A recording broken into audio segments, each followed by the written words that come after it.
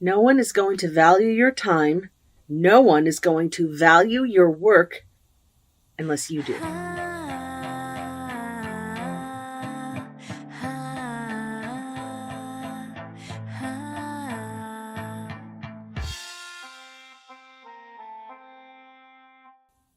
So my book, Diary of a Fat Girl, on Amazon, it's the third publication of it.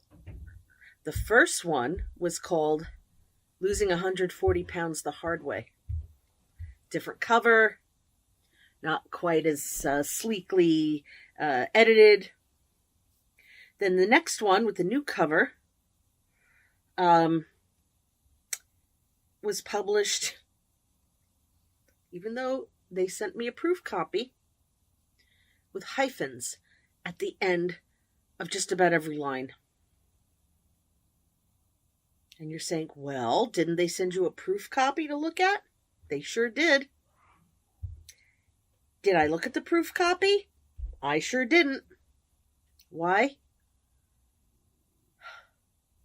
Combination of deep depression and severe, I'll say it was anemia at the time. I was weak psychologically, spiritually, and physically. And I trusted, I don't want to get teary, I trusted people that I was paying thousands of dollars to do the right thing. They didn't. You think, well, I mean, you're paying people, you're paying professionals. That's Xander, by the way. From Buffy the Vampire Slayer. Yes, Xander Harris. You're paying people, shouldn't they have pride in their work? Well, they should, but they don't. Most people, they hide their garbage or leave their garbage. They don't do everything you ask them to. You have to double check their work. Hyphens at the end of almost every sentence. And so when I went to republish it, you think they'd give me a break? I don't remember if I had to pay for that, because I did sign off saying, yeah, I looked at it, it's good. Because it was too weak. I was too sick and weak to read my own frickin' book.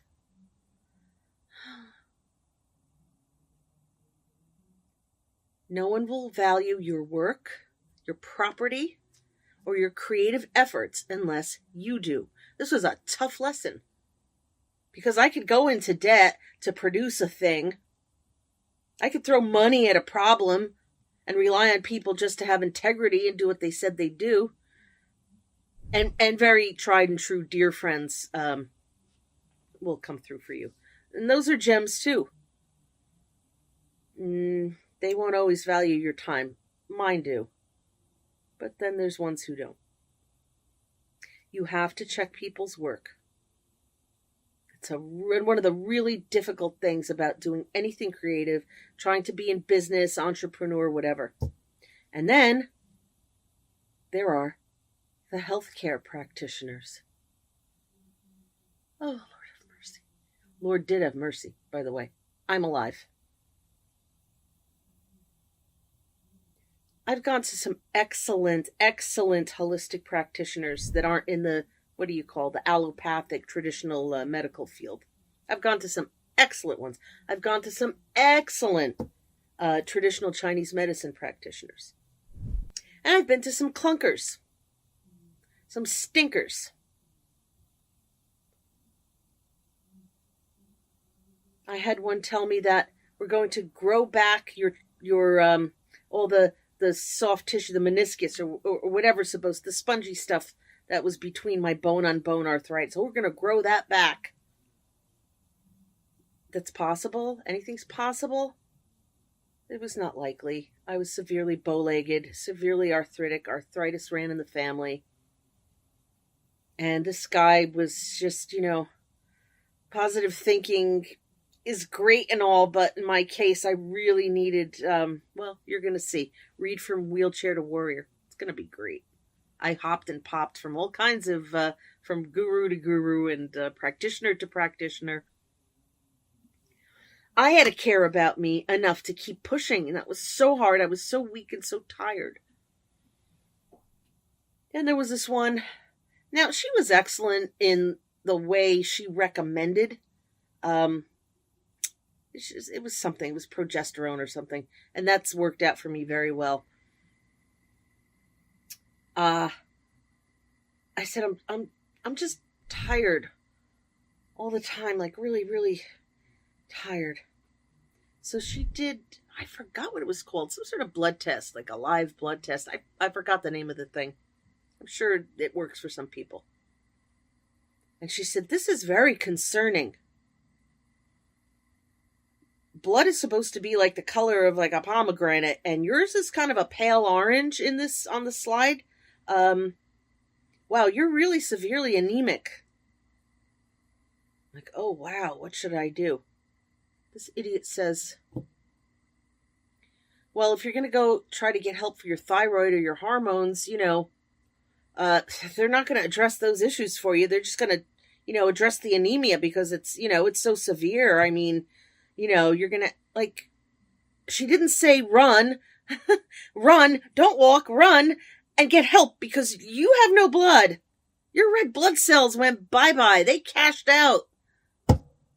She said, well, let's just try to, balance your hormones before you go looking for help because they're just going to look at the anemia. Oh, Lord of mercy. Thank you for having mercy.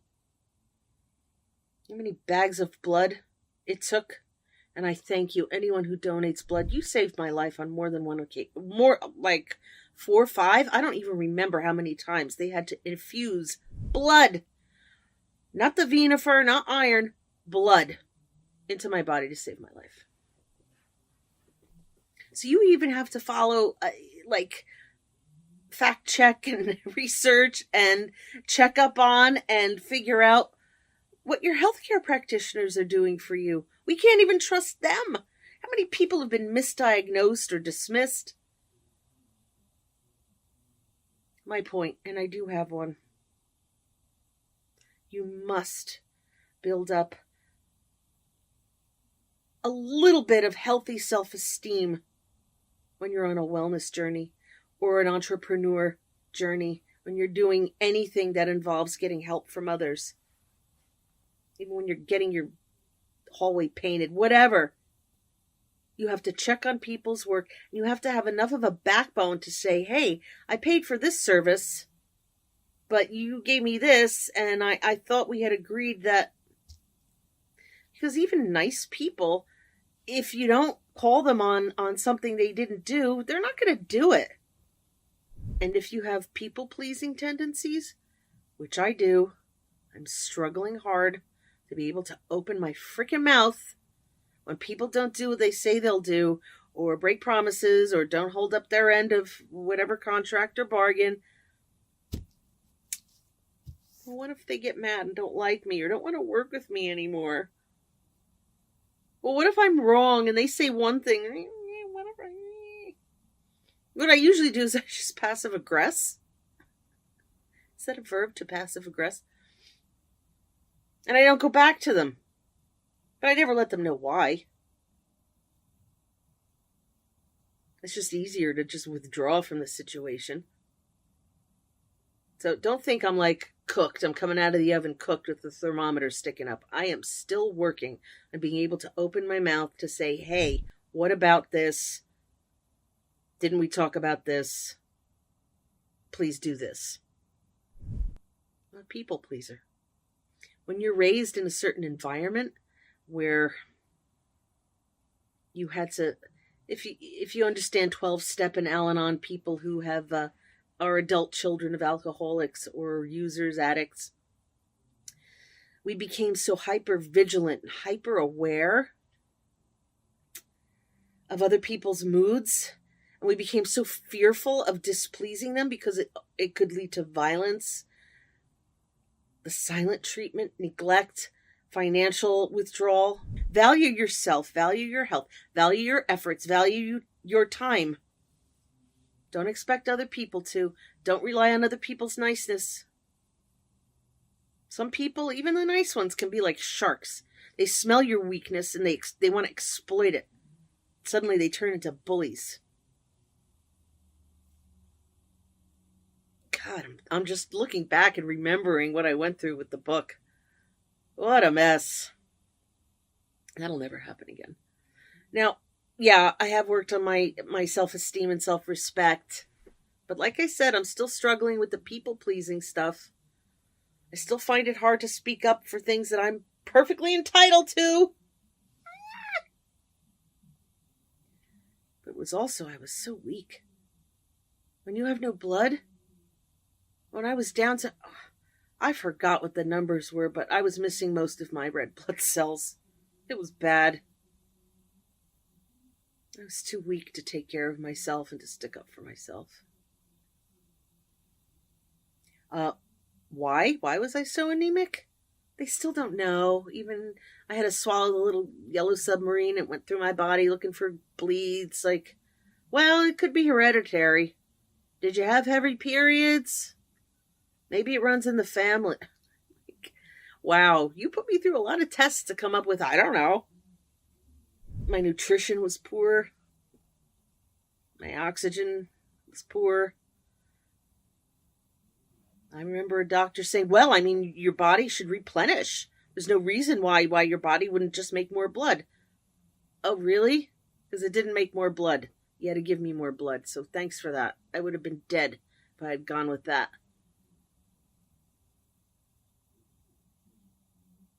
I never want to be that weak again. And yeah, I still get beat up. Not physically, you know what I mean. Beat up by life, beat up by people who don't do what they say they'll do. I find it so hard to stick up for myself sometimes. The fear of abandonment, the fear of punishment, the fear of being made fun of.